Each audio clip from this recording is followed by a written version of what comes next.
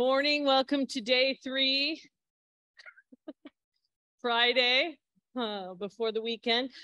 Today, another great lineup. We have our second case study on environmental studies, sustainability.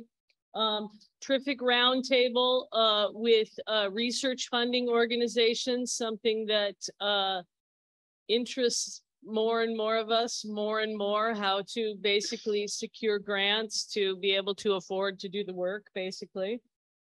And then, of course, in the afternoon, we'll continue the interactive sessions with helping you further develop your proposals. And of course, the tour this afternoon for those of you who are here physically, and we'll have links to the tour. Chara will be sending links to the tour, to the virtual tours for those of you who are online. He got the message. Thanks, Chara.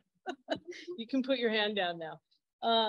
I'm going to turn it over to Carla Maria Reale from the University of Genoa, who's going to moderate our next session. Oh, you're right in front of me. Sorry. Too close to me, basically, is the problem. Okay, thanks. You're welcome.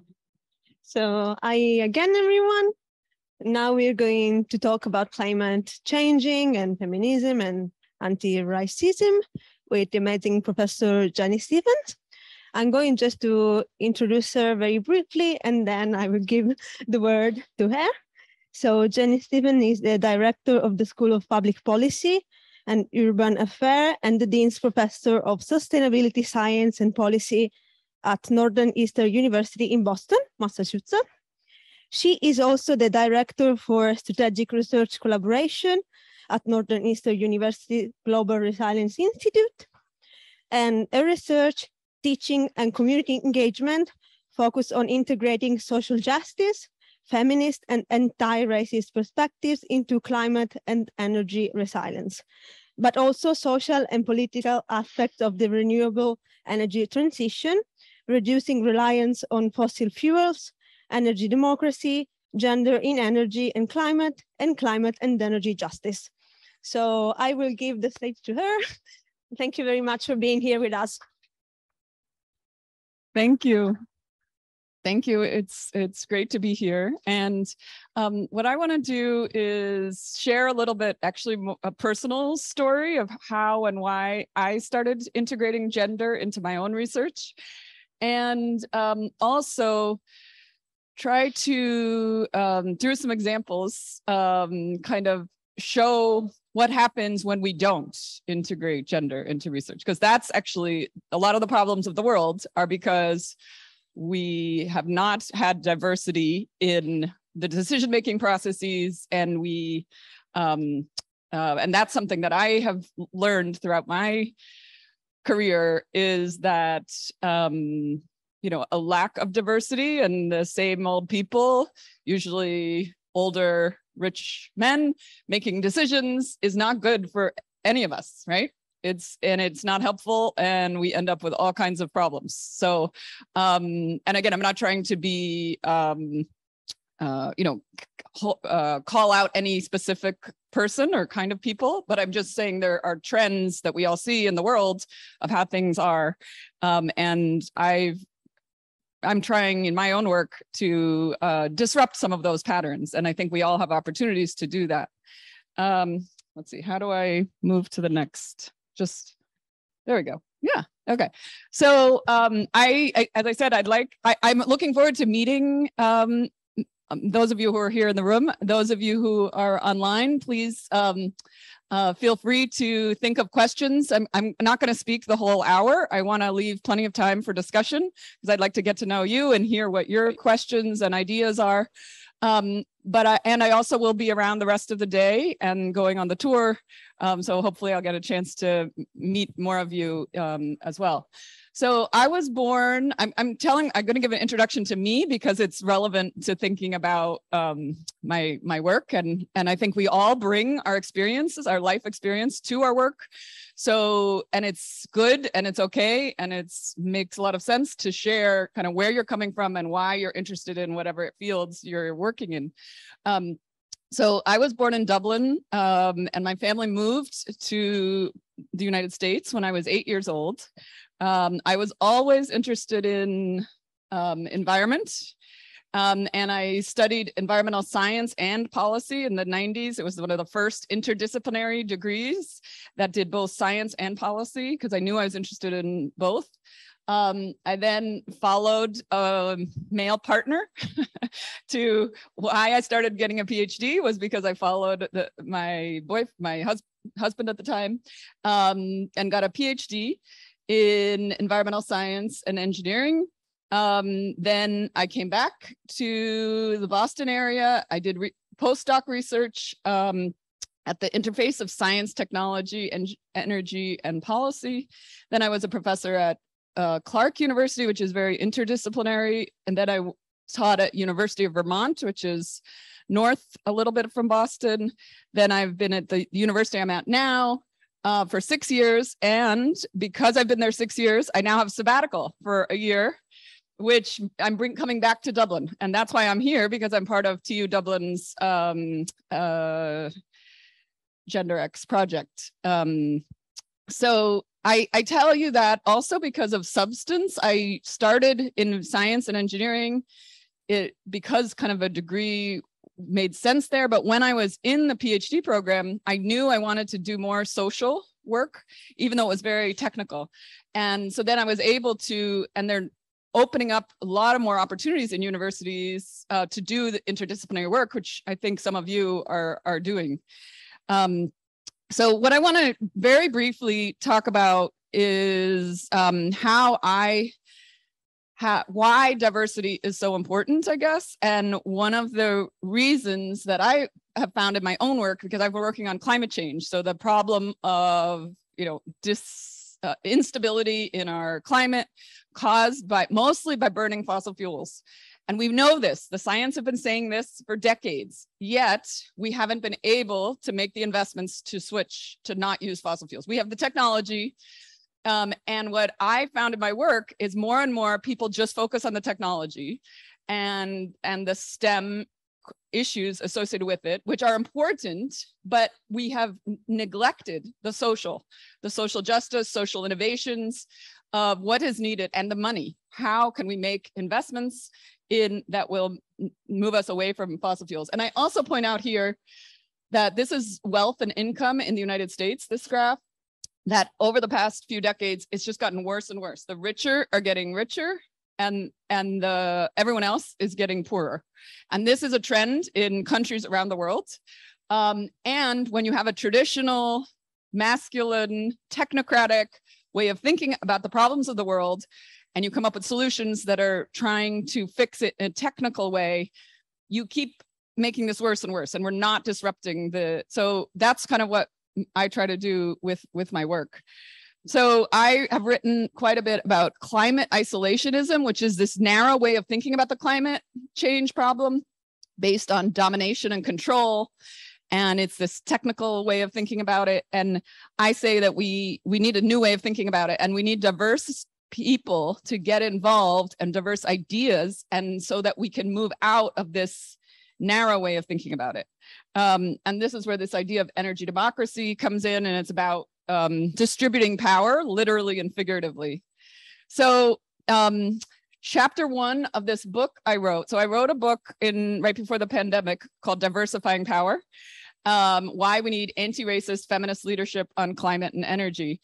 And in this book, it's not really a research book. It's more of telling stories about people who are inspiring, doing amazing things, trying to disrupt some of these patterns.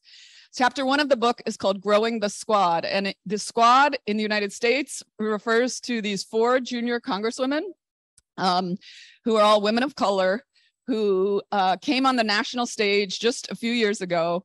And they really changed a lot of the way climate policy in particular how we're thinking about it. And what they've done is kind of connect it to all kinds of other issues, not think of it in isolation as, oh, climate change is this problem. We also have health problem. We also have education. They've connected it. And that's what we need more of both scholars and politicians and leaders of all kinds, connecting the dots among all these different issues.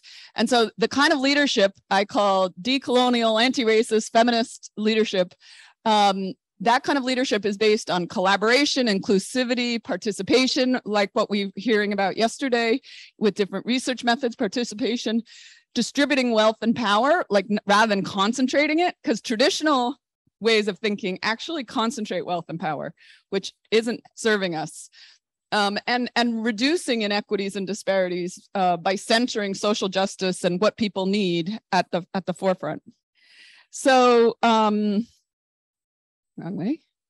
So anyway, I'm not going to go through the details of the book that I wrote, but I want to just highlight that what I did was connect and highlight all the amazing people who are connecting climate and energy with jobs and economic justice, and connecting it with climate and energy with health, well-being, and nutritious food for all.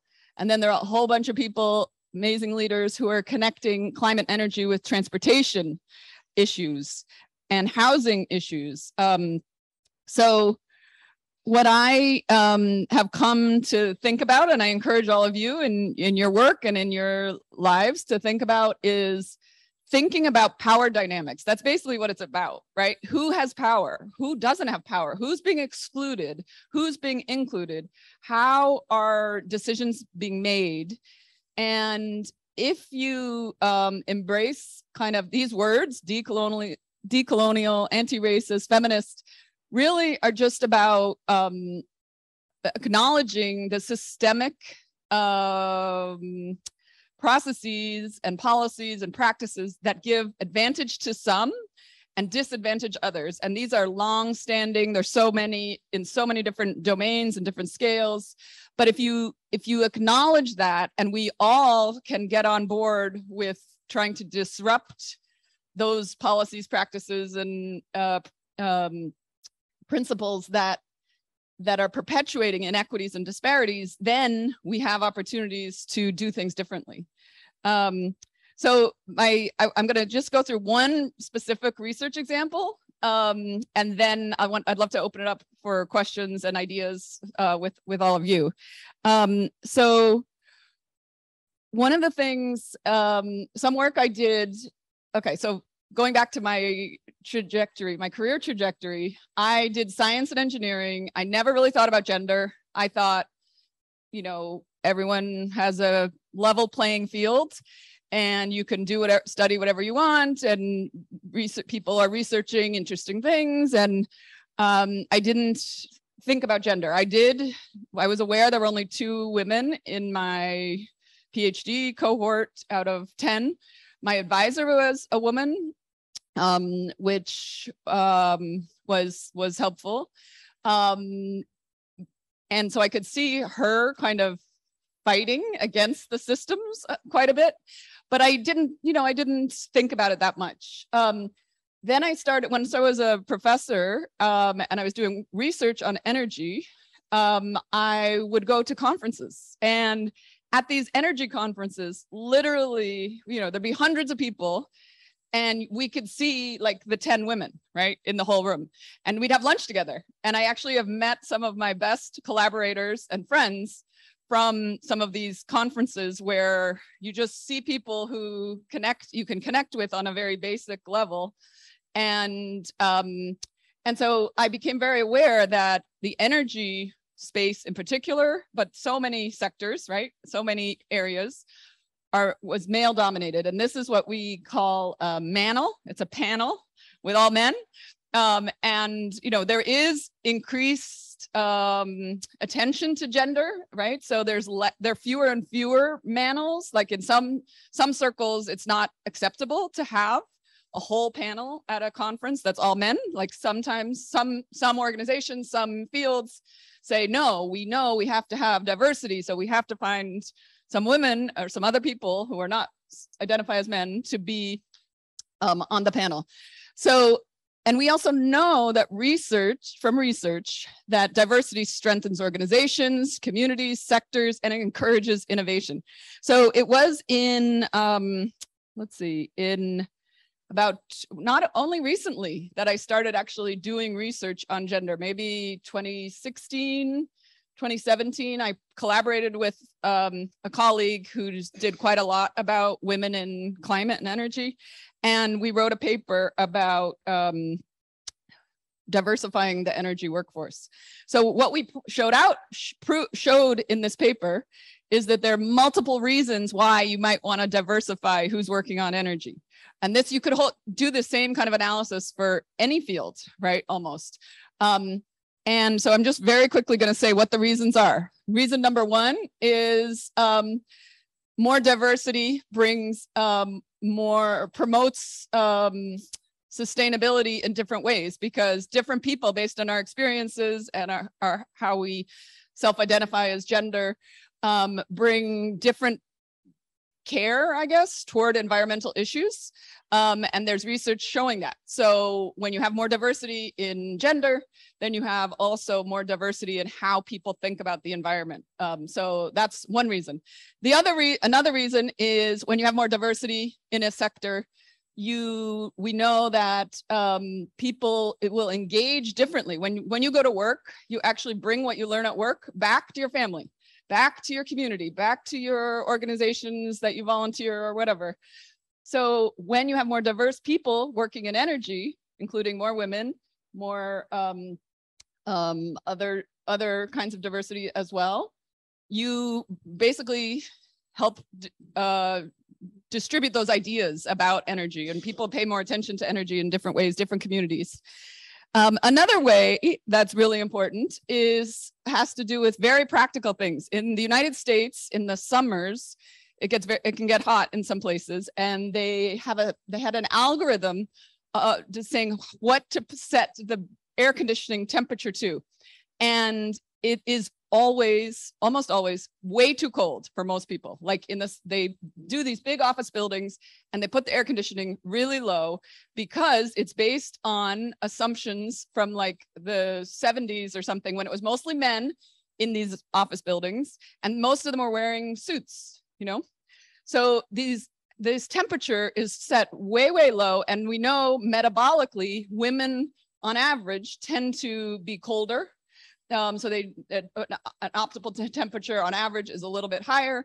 So this phenomenon of women getting cold at work was making, just so wasteful. It was bad for everyone. It's not productive for the workers. It's also a waste of money because it's very expensive to air condition to make it that cold. And people would have to bring in blankets and things, and it's ridiculous. So the point there is that if there was more diversity in the energy building management space, people would have figured this out earlier and like adjusted accordingly.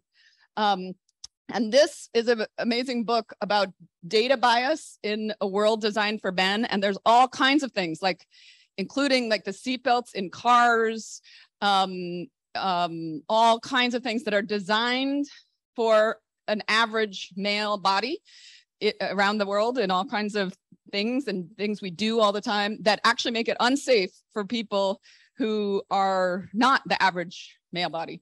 So I mentioned that. And then the other piece of research I want to share with you, because this has been impactful for me. This is an old study from 2000 that shows the white male effect. And so this, could sound kind of controversial, but what these researchers pointed out was that on average, white men, this is in the United States, think everything from smoking to pesticides in food to climate change to AIDS. They think everything is less risky than non-white men or women or any gender who are not white. So both the fact of being white and the fact of being a man in the United States makes you feel that the world isn't as risky as those who are more vulnerable or, you know, are dealing with different things. So this figure and this aha sort of for myself impacted me a lot, because I realized, okay, if we have mostly these same group of people setting the agenda for all kinds of research, for all kinds of policy, and they think the world is less risky than it is, then the rest of us think, then we are not making good decisions on all kinds of issues. So I just think that's a kind of a cool thing to think about. So I'll end there, and I'd love to open up to questions and discussion.